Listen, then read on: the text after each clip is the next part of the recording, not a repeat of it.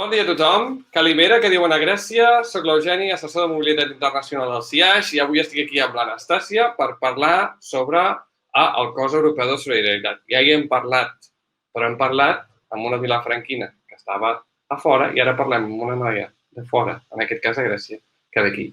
I per això ho farem en anglès. Good morning, Calimera, Anastasia. How are you doing? Good morning, Calimera. Buenos días. I'm fine. I'm here more or less 6 months. Mm-hmm. I came from Greece. I'm from Greece, but my origin is from Albania. I'm 23 years old. I have finished and studied psychology, philosophy, and education, and I have decided to do a volunteering program after finishing my university because I thought that it could be a great opportunity to develop my creativity and my professional tools with youngsters. So you said that you finished your university and then you decided to join this program, but that doesn't mean that to join this program you need to have a university degree. The only requirement to join this program is to be between 18 years old and 30 years old, right? This is the only requirement. Only to have a motivation and some qualification that, okay, you like to do this, not only to come here. You're not going to do tourism, you're going to have some impact in society. In your case, what was the objective of the project that you joined? What is? The basic object is the dance, but generally art.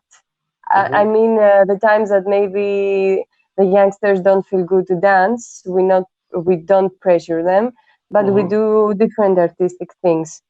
So this was a way for communicate better, despite of the fact that we couldn't speak Spanish from the first time. But yeah, art, it was something that connected us together. So obviously having different means of communication, whether besides of language, helps a lot, no? Like whether it's like body language or dancing or creativity, as you mentioned, that helps a lot. Yeah, sharing different cultural things. I mean, different type of music in Greek, in Spanish, and this was a way of communication and approaching the youngsters more. So you mentioned languages already a couple of times. They are obviously very, very important to understand each other.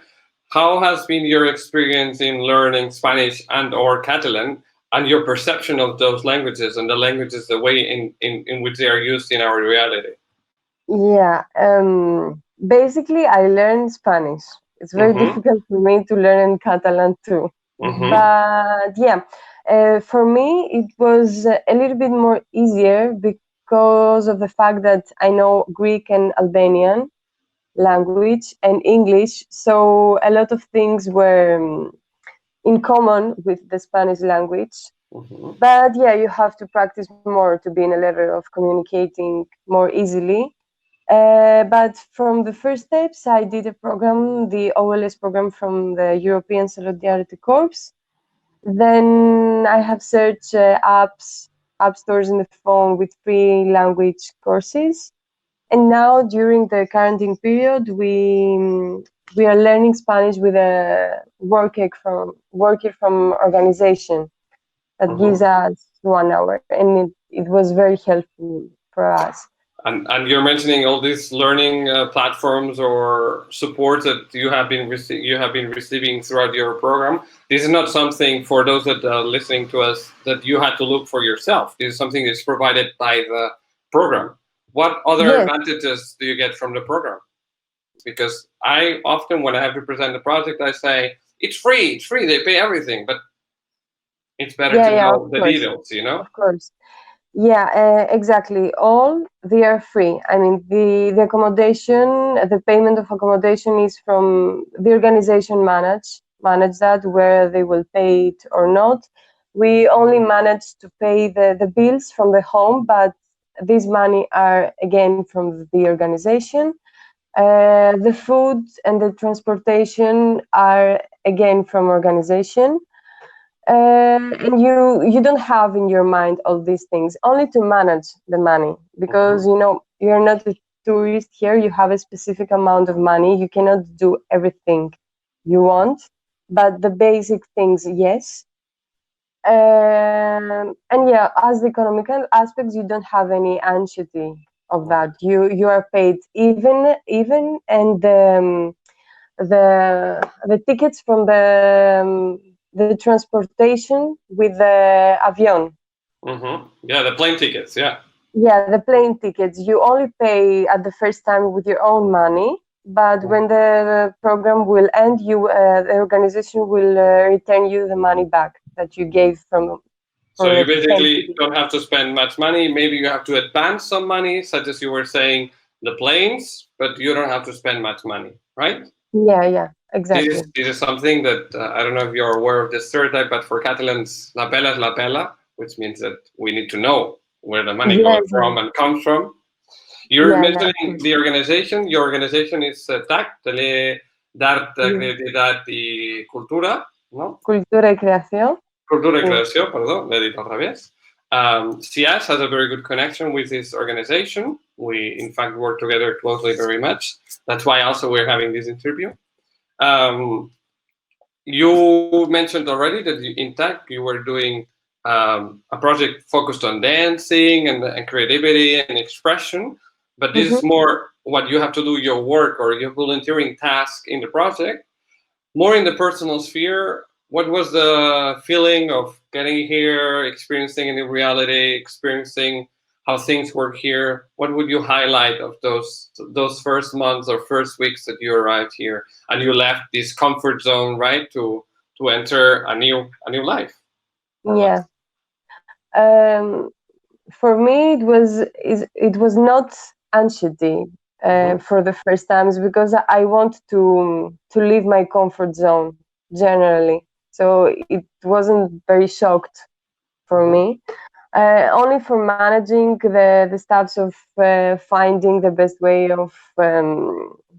of cheap things or how to manage your money and so on.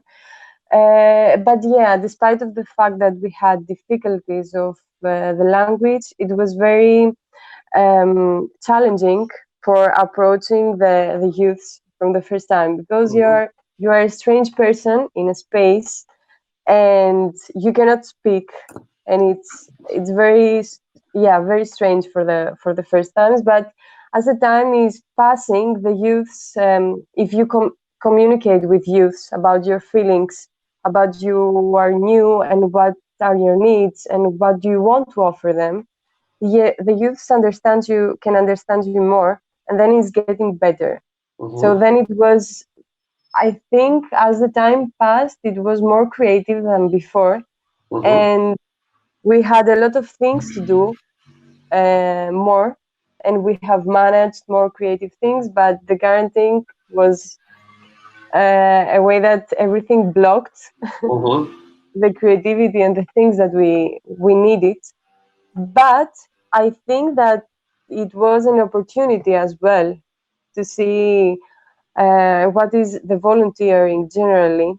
What do you want more for that, and what did you expect it?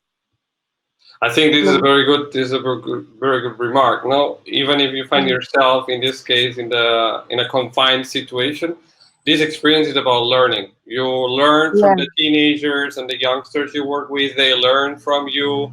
You learn to communicate without using or depending exclusively on language, but also trying to use songs or dance in your case, no, because this is the part of your project. And more on a personal level, what was the cultural clash? We are all Mediterranean. Spain and Greece are Mediterranean, and the culture is, I would say, quite similar. But what were the clashes?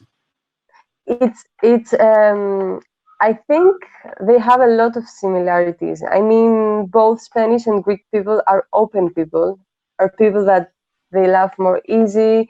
They want to speak with the other people more easy. They're not so cold. Both countries like music, and and tradition, and there are not a lot of differences in the way that we eat. Very important, the diet, right? Excuse me? The diet is very important, especially when you travel to a different country. Yeah, but I didn't observe many differences as maybe I would have observed in China, for example, if I did a museum project there. Yeah, but we have observed differences in the way that the Spanish people pass their time instead of Greek. I mean, here we have faced a lot of people that they are sitting on the park, but in Greece, usually people are sitting in a cafeteria and they are drinking coffee. It's very common in Greece than staying in the park. It doesn't mean that we don't do that, but it's more common.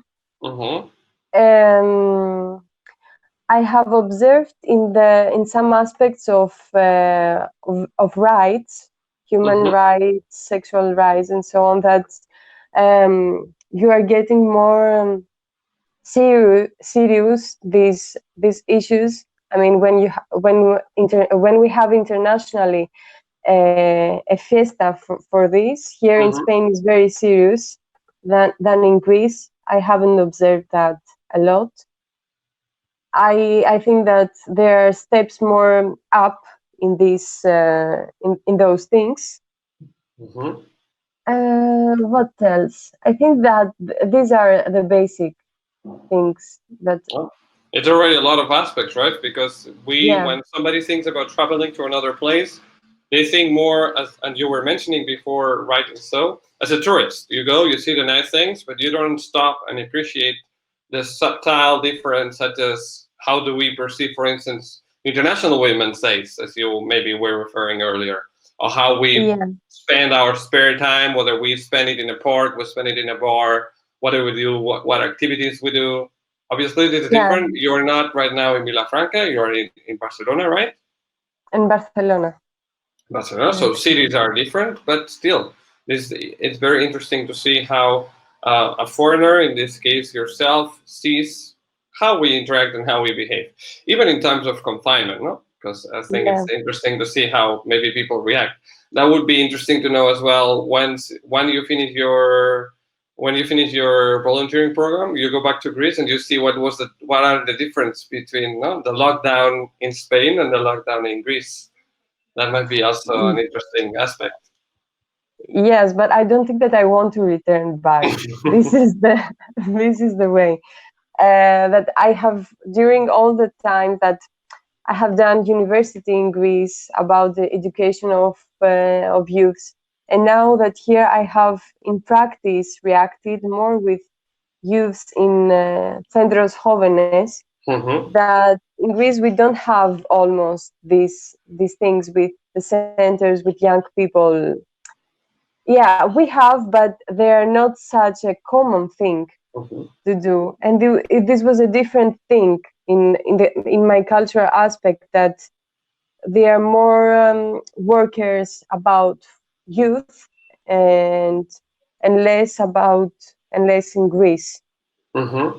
So youth work here is more common and maybe more appreciated than it is in your home country. That's maybe the reality. Yeah. And since you said that you don't want to leave, you want to stay, I would like you to as well give kind of a headlight or a few comments on why would you recommend this experience and what have you learned, or basically give a message to all those young people that are maybe considering to do this in the future. Right now, the project is on hold, obviously, because of the situation we're living in, but it will for sure start over again in no time. So, if you can give a bit of those Okay, I would say that to people that they want to do a volunteering project, do not hesitate to do that, because I mean, we live in a society that every time needs to be running and running and running for doing something, and then we are lost. We don't have the time to think what we want to be in the future, because we don't have time. We have to pay, we have to take money, and so on. And the volunteering is a period that you can stay without the anxiety of paying the accommodation, the food, and so on. You can have the time to think about yourself, to be more creative, to pass your limits and living in a different place, that when you do this step, then the other seems more easy to do. When you live in a foreign country and you have to face a lot of things, then you are getting more stronger. Even if there are difficulties, almost in life we have difficulties in everything that we do. We have to see the great aspects and what we can learn from that. Even if a volunteering project is stopped from a quarantine, we have an opportunity to stay with ourselves and to think more.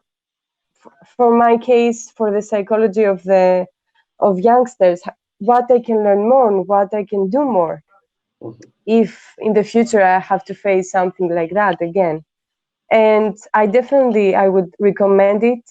I think in this age, not that it's not good to do at 30 or 28 or I don't know, but I think that is a very, very good opportunity to establish the basements of yourself and to follow them in the future.